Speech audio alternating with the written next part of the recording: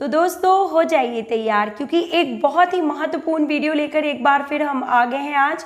और स्क्रीन पे देख के आप समझ ही गए होंगे कि एक और ओल्ड क्वेश्चन पेपर यानी कि आप प्रैक्टिस सेट जिसे कह सकते हैं, मोस्ट इम्पॉर्टेंट क्वेश्चंस की सीरीज लेके हम आपके लिए आ गए हैं।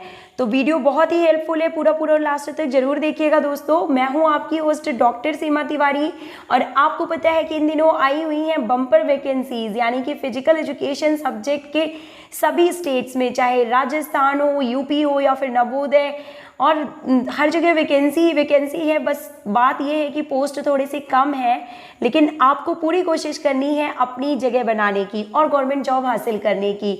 तो पूरी एनर्जी के साथ रिवीजन में लग जाइए और सफलता प्राप्त कीजिए इन सभी वैकेंसीज में जो कि इन दिनों आई हुई हैं। तो शुरू करते हैं हम प्रैक्टिस सेट के क्वेश्चन नंबर 1 से।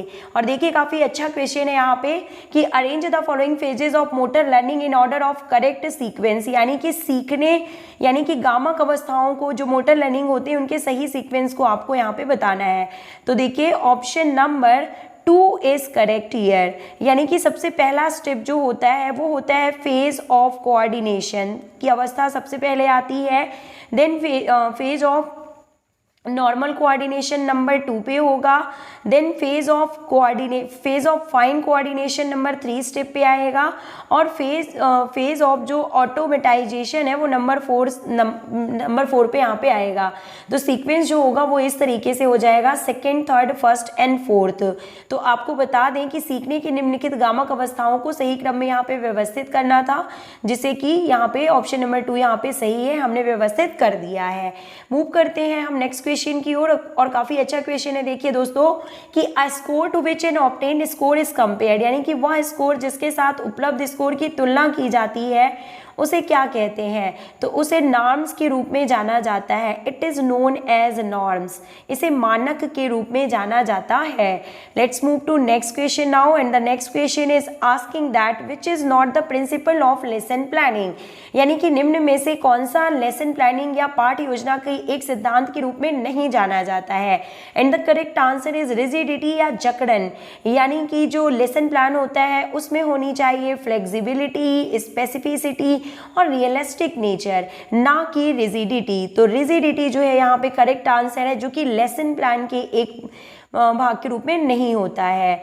Next question is asking that anticipation and selection of correct response are the major factors to determine। काफी अच्छा क्वेश्चन है। देखिए कि पूर्वाभ्यास एवं सही प्रतिक्रिया का चुनाव मुख्य कारक होते हैं। और आपने करेक्ट आंसर यहाँ पे गेस किया होगा, गेस कीजिए दोस्तों क्या होगा करेक्ट आंसर। तो हम आपको बता देते हैं correct answer is option number 2, यानी कि कॉम्प्लेक्स रिएक्शन एबिलिटी। पूर्वाभास एवं सही प्रतिक्रिया का चुनाव मुख्य कारक होते हैं जटिल प्रतिक्रिया के। Okay, let's move to next question. The art of competing is called, प्रतियोगिता करने की कला को किस रूप में जाना जाता है?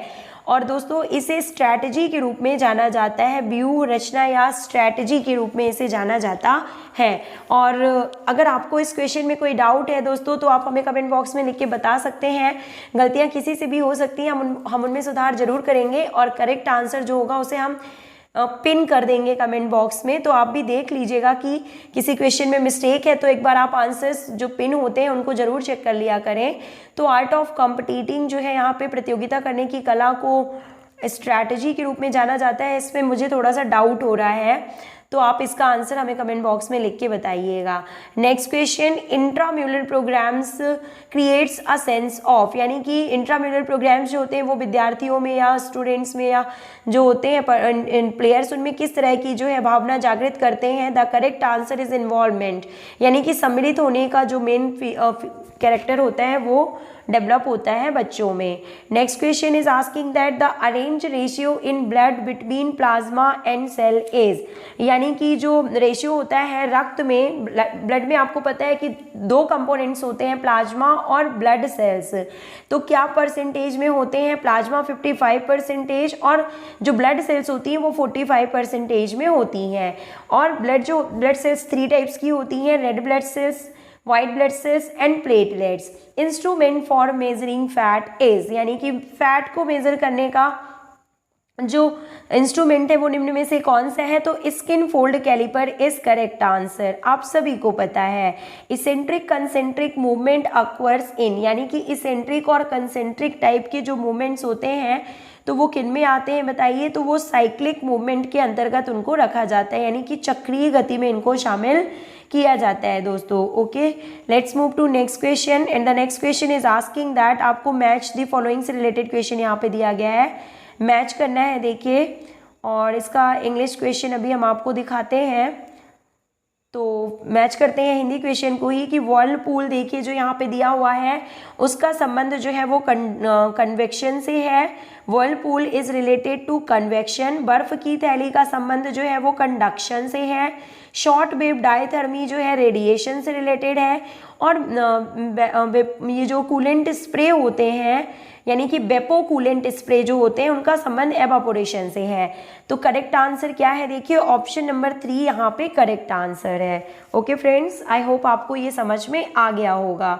Let's move to next question. Self validation theory is associated with, और देखिए यहाँ पे बात की जा रही है कि सेल्फ वैलिडेशन थ्योरी का संबंध किससे है, तो विश्वास यानी कि कॉन्फिडेंस से इसका मतलब होता है। The contractile element of muscle is known as myofibril, यानी कि मांसपेशी के सिकुड़न तत्व या कॉन्ट्रेक्टाइल एलिमेंट को मायोफाइब्रिल के रूप में जाना जाता है।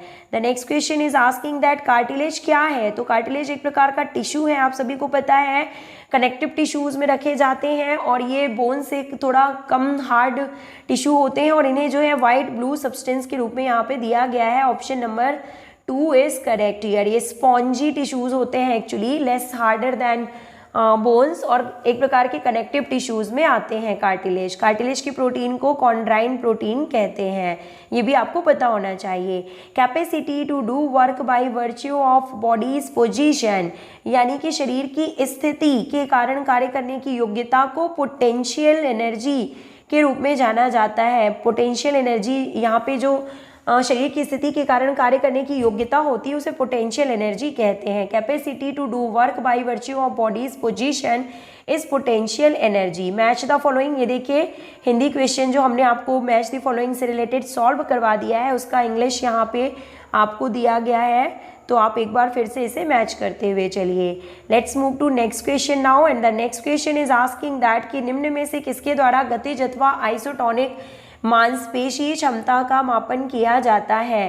तो ऑप्शंस देखिए क्या क्या दिए हुए हैं, पुशअप्स, पुलअप्स और सिटअप्स। तो उपरोक्त सभी ही करेक्ट आंसर है यहाँ पे।